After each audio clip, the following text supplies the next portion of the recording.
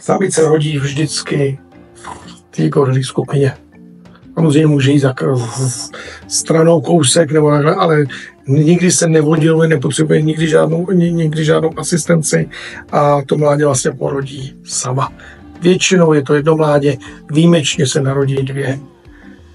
Když se narodí dvě, je to vzácnost, když ta samice odchová obě. Ale jsou případy z volné přírody monitorovaný, když se narodí rodiče, samozřejmě ta samice v tu chvíli je hodně schopná, musí mít hodně toho mlíka.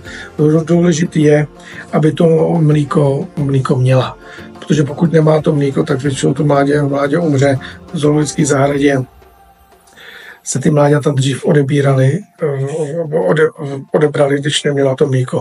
A vlastně šli takzvaně na umělý odchov, vychovával ten ušetřovatel, což je velký handicap pro to mládě, protože už najednou nemá rodiče tu svoji gorilí mámu, ale už toho ošetřovatele a to je špatně.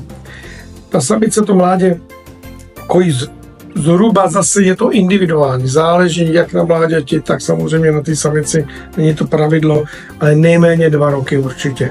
Ale jsou třeba v zoologické zahradě živů, ta chodila, ta kojila i ve čtvrtém roce. Moje tam chodila pořád cucat. Ale výhoda byla v tom, že ona to mlíko pořád měla, protože on navazoval tatu. Jo, takže ona se chodila, ale jakože není problém. Pokud má to mlíko, tak ty mláďata, ty samici vlastně chodí.